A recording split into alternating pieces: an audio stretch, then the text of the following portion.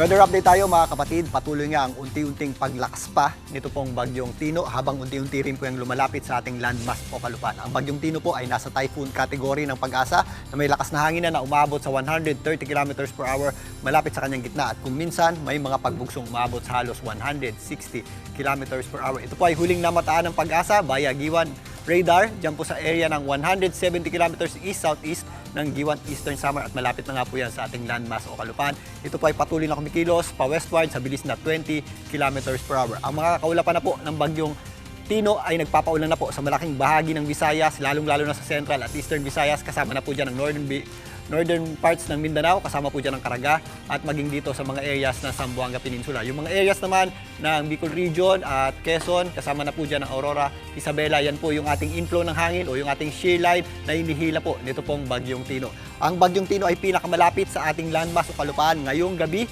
Maaaring maglandfall yan dyan sa area ng Dinagat pero meron pa rin po yung area of uncertainty sa ngayon. Maaari po yung mas mataas pa dyan or maaari din pong bumaba pa ng konti dito po sa may rehiyon ng Caraga. Kasabay po ng paglandfall niyan, dala-dala niya rin po yung kanyang pinakamalalakas na hangin o yung ating destructive winds at malalakas na pagulan. So mag-ingat po tayo sa mga posibleng epekto niyan. Yan po yung ating primary o yung unang inaasahang landfall. Dahil po mga isla itong Visayas, meron pa po yung inaasahang mga landfall sa pagtawid niyan dyan. So maaari po yung tumawid dito po sa area ng Leyte, patungo dito sa Central Visayas, sa itaas na bahagi ng Cebu at tatawid din po yan dito po sa area ng Negros. Ngayong magdamag hanggang bukas ng umaga, maaaring nandito na po yan sa may western section ng Visayas, patawid ng Sulusi hanggang makarating po dito sa area ng Palawan sa darating na Wednesday at maaaring makatawid na po yan dito sa may West Philippine Sea at makalabas ng ating Philippine Area of Responsibility sa darating na Thursday. Kasabay nga ng pagtawid niyan, yung ating concentration ng malalakas na pagulan ay sasama po sa kanya. So mas madadagdagan po yung ating mga pagulan dito po sa Central Visayas, kasama po dyan ng Cebu City at Bohol at makakarating din po yan dito sa Western Visayas, kasama na po dyan ng mga isla ng Negros, Panay at maging dito sa areas ng Northern Palawan.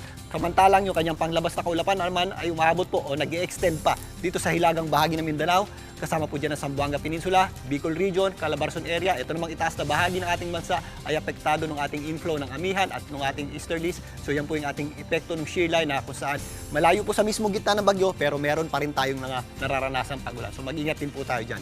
Para naman po sa lakas ng hangin, nagtaas po ang pag-asa ng tropical cyclone, wind signal number 4. Nakataas na po yan dito po sa extreme southeastern, eastern Samar, kasama po dyan ang southeastern portion ng Leyte, kasama na po dyan ang southern Leyte, Camotes Islands, northeastern portion ng Bohol, Dinagat Islands, Siargao, kasama na po dyan ang Bukas Grande Islands. Yan po yung ating pinaka-close approach ngayong gabi. Meron din po tayong mga nakataas na tropical cyclone, wind signal number 3 ng Pag-asa dito po sa southeastern Samar, southern portion ng Samar, central Leyte, northern portion ng central Cebu, at kasama na po dyan ang Bantayan Islands, central at eastern portion ng Bohol, northern Negros Oriental, northern Negros Occidental, Guimaras, eastern portion ng Iloilo at natitirang bahagi ng Surigao del Norte. Again, ito pong mga tropical cyclone wind signal number 4 at 3, nandyan po yung ating pinaka-destructive o malalakas na hangin na maaaring idulot nito pong bagyong Tino. Madadagdagan pa po yan at malilipat po yan sa mga susunod na oras habang kumikilos po ang bagyong Tino patawid dito po sa area ng Visayas. Dito naman sa Metro Manila, yung ating mga nararanasang pagulan ay dulot po ng indirect effect ng pagtawid ng bagyong Tino sa ating bansa.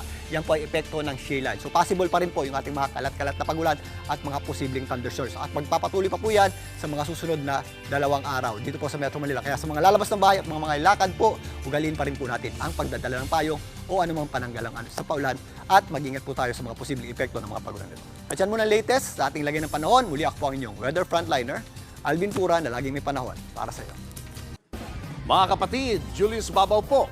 Para sa komprehensibo at makabuluhang balitaan at talakayan, mag-follow at mag-subscribe na sa social media pages ng News 5.